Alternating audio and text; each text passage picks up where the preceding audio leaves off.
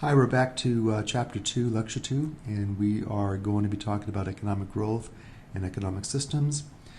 And so we talked about looking at our production possibilities frontier given a certain amount of resources and a certain level of technology. Now we're going to see what happens if we relax that assumption and allow for economic growth. And that's an increase in potential output due to an expansion of production possibilities.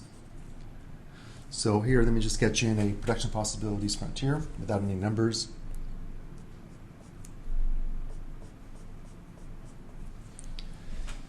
And we'll call this production possibilities frontier 1. And up here again, we have our consumer goods. And down here are capital goods. And again, anywhere along that curve we could be. Oh, by the way, I didn't mention this.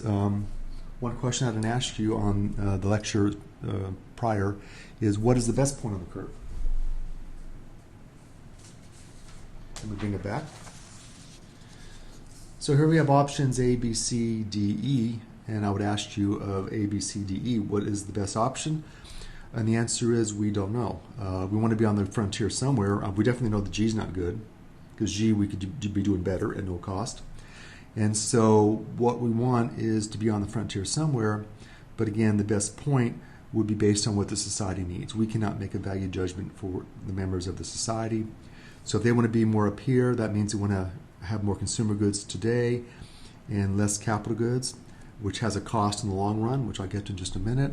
Or if they're down here, that actually would be more productive, more beneficial for the long run, as they have more capital goods, but at a sacrifice of what they consume today. And so again, the best point, we can't decide for the society, it's up to them. So we do know, however, if they want to have more economic growth in the future, that they would have to be maybe investing in more capital equipment down here, which means they can't have all the nice consumer goods they would if they were up here. And stripped out the frontier, this represents economic growth. Now the growth could be parallel, like I graphed it here. It doesn't have to be. It could be more one way. I can make it pivot out more to capital goods, or I can pivot out more to consumer goods. It's based on what's happening in both sectors. So we move out the frontier, that represents economic growth. Now this might have been cased on this being here the prior time period. Now it'd be a fair amount of capital goods. If we were up here, last time period, we would have a lot less capital goods, which in our frontier would not have shifted out as much. It might have shifted out just a little bit. So what we do today can have an impact on where we're going to be in the future. So economic growth can be achieved through any combination of improved technology, population growth, more workers, increase in natural resources. We discover new sources of iron ore, new sources using solar power, things like that, and increase the amount of capital, which would be our investment.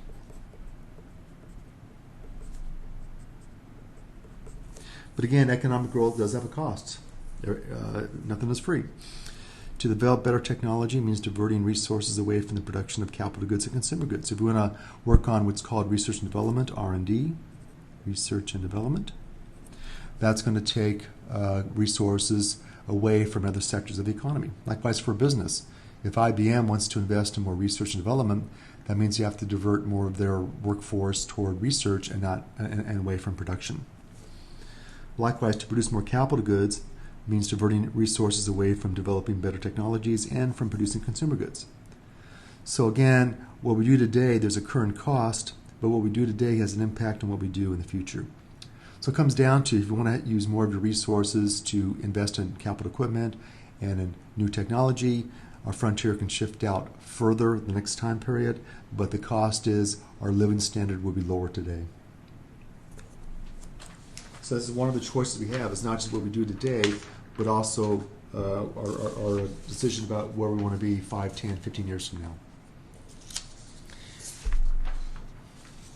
So that brings us now to the last part of Chapter 2, which is economic systems.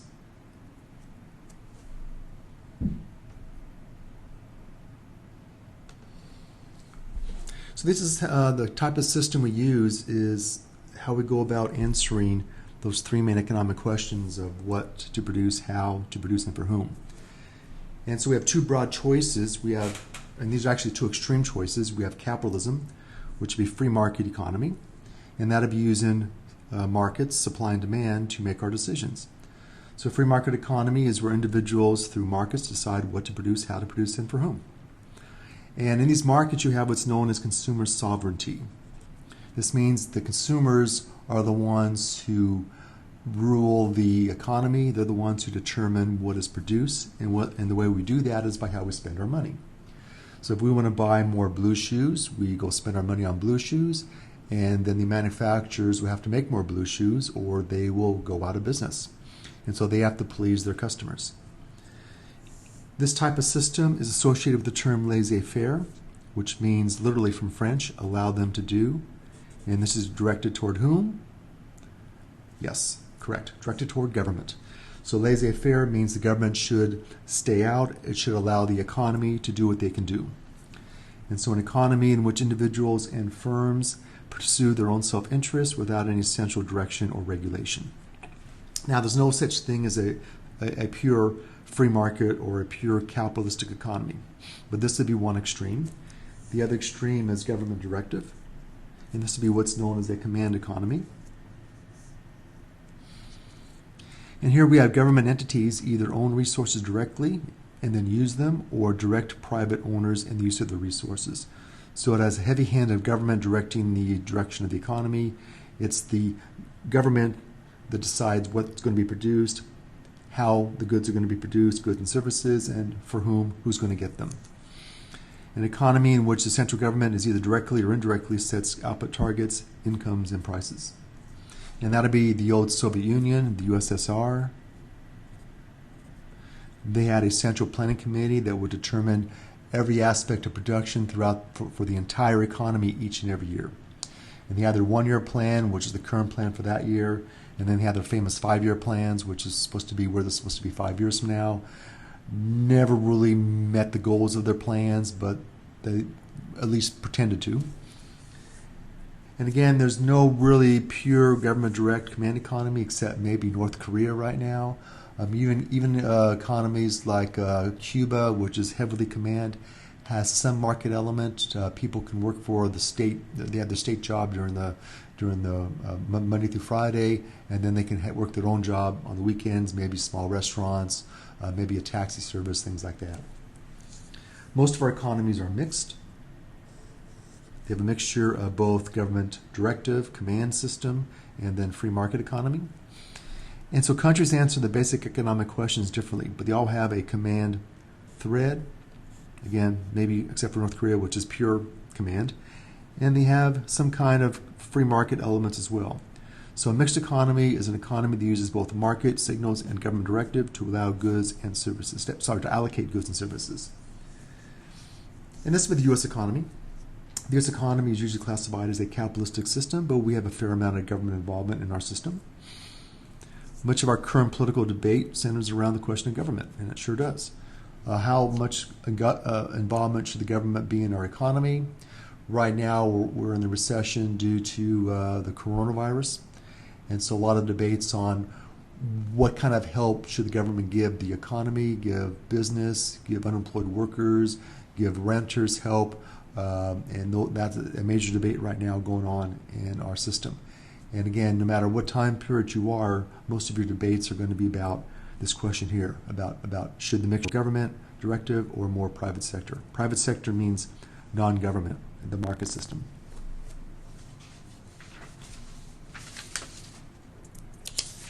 And so right here, I have a short list of how the government is involved in our economy.